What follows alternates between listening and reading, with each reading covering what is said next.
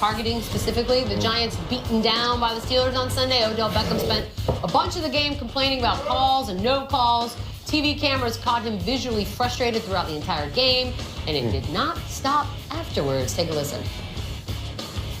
I don't really think that we should have this crew anymore when the Giants are playing with the past history and everything that's going on, but a horrible call in my opinion. I went up to ask him what was going on, what was the flag, and he said, "Get out my face." So I'm trying to figure out what I did wrong so I don't do it again. And you're going to sit here and tell me to get out my face. I don't want anybody to sit here and misquote and say that I'm saying the refs are the reason we lost the game, because that's clearly not the reason we lost the game. Just to make that clear to everybody, the Steelers they're a very good team and they beat us today.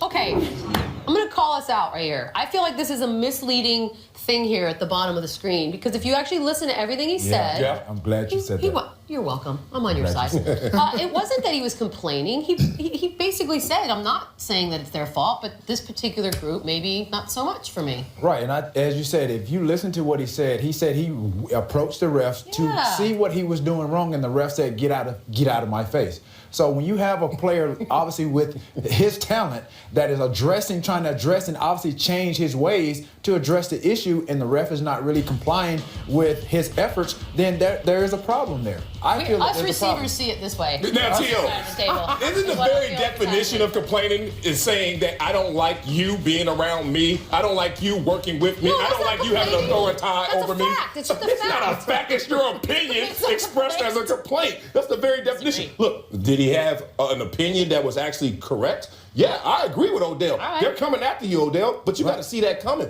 The fine print of being a top-notch receiver as you were is the fact that you know there's going to be a point of emphasis on your back every single play. Target. He's still acting like he doesn't get that part of being a top-notch receiver. You know what we don't get? We don't get to talk about the person who's actually at fault, which is Eli Manning. How does he keep escaping the blame for them losing these games? Manning. He's the one that threw the pick in the red zone. He's the one that ended the other half with throwing a pick by underthrowing the receiver. He didn't target Victor The Cruz late, Jr. great Max once. Kellerman would not have any Can you part of this right none of this? Like, we keep talking about Odell Beckham Jr., but oh, by the way, 10 receptions, 100 yards. He was throwing the ball 16 times. He caught 8. He caught 10 of the passes. He's doing his job. Of course. The problem is Eli, but we keep falling for the bait and not talking about the real issue. Bad QB play. Well, Eli is playing it the professional way by not showing that personality, by not complaining. You don't look at him. You look at the guy who sticks his head out. And Odell keeps sticking his neck out.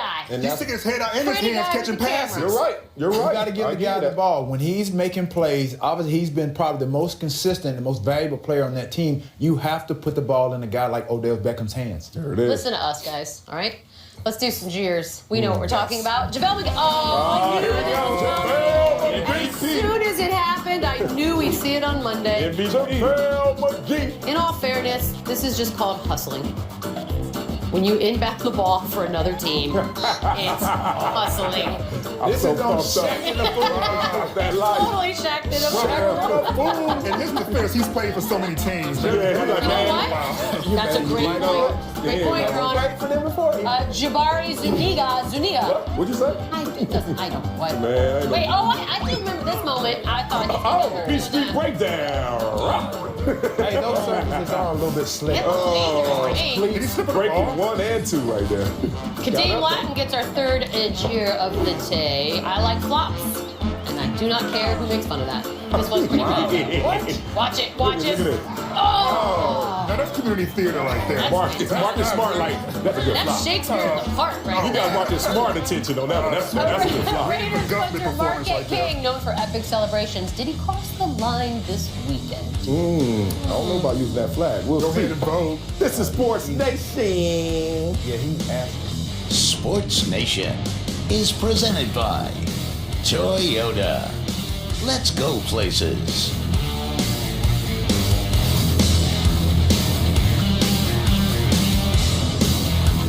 Breaking a dress code. I mean, look at that. That's nice. Panthers bench Cam Newton for the first series last night for reportedly breaking team dress code by not wearing a tie on travel day. So Derek Anderson did some Anderson stuff where he goes in, throws a pick on the first play of the game, and then Cam plays the rest of the blowout loss. Our friends over at TMC Sports got video of what we think is the moment Ron Rivera confronts Cam about his dress code violation. So serious. Let's hear from Newton after the game. Get back on the bus. Oh, he just walked back out there, didn't he? Came down to a dress code manner. I didn't follow dress code. And, Coach told me that I wasn't going to start. So I stand by his decision. Right? Yeah. That is a turtleneck, It's a tortoise a hat, and a nice coat. Yeah. Yeah, look clean. That boy I don't know. You can't wear a tie. You can't wear a tie with the turtleneck. You can't, right? You could. You just look really foolish. Now, if we want to defend Ron Rivera here, and I'm Why? somebody in the world wants to, says today that he has benched other players before for violating said dress code. So why didn't they come out? I don't know. This is the dumbest thing I've seen all weekend, right? Well, it becomes the dumbest thing we've seen just because Derek Anderson, on the one play you're given an opportunity to start, you throw a damn interception, which blows up not only in your face, the team's face, but in Cam Newton's face, because this is not a story to this magnitude. If you're sitting on the sidelines for one play and you come in and we realize, oh, you didn't wear a tie, move on, let's see if you can win this ball game. But it becomes a story when there's a penalty like an interception that comes along with him breaking dress code. But he was in the wrong. No, he's not. You're supposed to pack for those road trips. You're supposed to pack accordingly. What happened and he to didn't pack. fashion is not what Ron Rivera doesn't know fashion. Can we just we all agree on that, right? Tio, as the best dressed person up here, please explain to everyone why this is absurd. It's very absurd. This is all right. Way to drop the bomb. Drop them jewels. This guy is drop them jewels. Drop the mic. This guy is very fashionable. He's very fashion forward. This is GQ. Again, like I said, you don't wear a tie with a turtleneck. First of all, you guys don't even have a tie. You don't need. I thought you don't believe in ties. Thank you. I do. You say that every week. Just because Ron Rivera made it an issue, I'm wearing a tie today. But I guarantee, I think we've all noticed that this has to be something more than meets the eye. Has to be. That was my first thought. Because if they were 12 or 13-0 this time last year, this would be a non-issue right now. Right, which is why if you're going to punish a guy, then punish a guy. One series is not a punishment. All it does is a bad PR move. If you're going to punish him, go ahead and set him out for the entire quarter. If you're going to punish him, then punish him. But to me, when you hold up for one series, that's just saying you and I know what's going on. I'm sending you a message. And then it blows up in your face. I can give you an example where there was no more than meets the eye, but it still hurt. Eddie George had a 10-year starting streak in Dallas. And we show up one game, and Eddie George on the sideline, and we're sitting there like, no, you didn't. Now, this was Parcells' way of motivating Eddie to say, hey, I need the old Eddie George back, not an old version of Eddie George. It didn't work, but he broke that man's 10-year starting streak just because he wanted to motivate him. Sometimes it's just a coach saying, hey, this is what I want, and this is what you're going to do. Well, Ron Rivera, to his credit, he is at least coming from a military background. He did grow up on military bases all over the world, so... Right, but you also have to embrace sort of the change in culture. In fashion. Like, how many people freaked out at the first time the Oscars went without a tie, and now people see tuxedos? They're different. Right. Fashion changes. But if it's a black tie affair, don't you supposed to show up in a black tie? Is a bus to a stadium a black tie that's affair? That's his rule. It's a tie affair. You know what? If I'm Cam Newton, I'm wearing sweats, sweatshirt, and a tie on Sunday. And now what? He wished it was a tie. Thank you. Thank you. I don't know what that means. Next up, fishy signing. Oh, look at this. We got a football team, y'all. Woohoo! The Rams announced a 2-year contract extension for Jeff Fisher before getting beat down by the Pats. During the third quarter, Fisher wanted to challenge a call, but he couldn't find his challenge flag, so to his credit, call was overturned. T.O., this is crazy because all last week, all we heard about was Eric Dickerson, Jeff Fisher. He's on his way out. Boom, extension. Well, we won't be seeing any Eric Dickerson on the sideline and attending any more Rams events. Nope. I don't understand how this guy keeps getting extensions or getting contracts for that matter. He has had 5 years of losing. Yeah.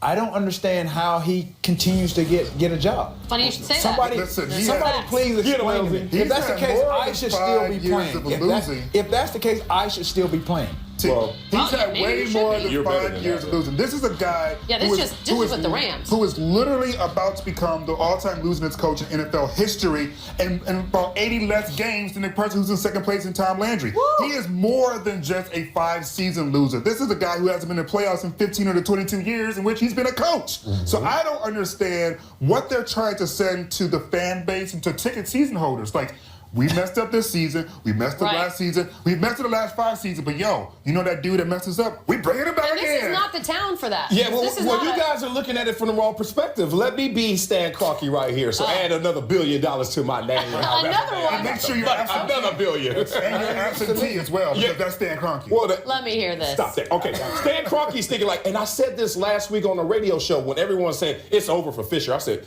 As a matter of fact, they're gonna double down on this dude right here because Stan Kroenke made a $1 billion investment in what? Inglewood, real estate. And what do you want to do when you go to that place? Make sure that everyone's pumped up, fantasizing about excitement. What you don't do is fire Jeff Fisher right now, bring in another coach who knows if he succeeds or fails, and then maybe have to get rid of him and then go into a new stadium. This is the way you keep it status quo, and then you say, if he's not good by then, we get rid of him. We got this new coach. But you're going to ask people for how much in PSLs to buy into this new place that nobody's going to want to go to because they are low. Well, this is the honeymoon period right now. Do you know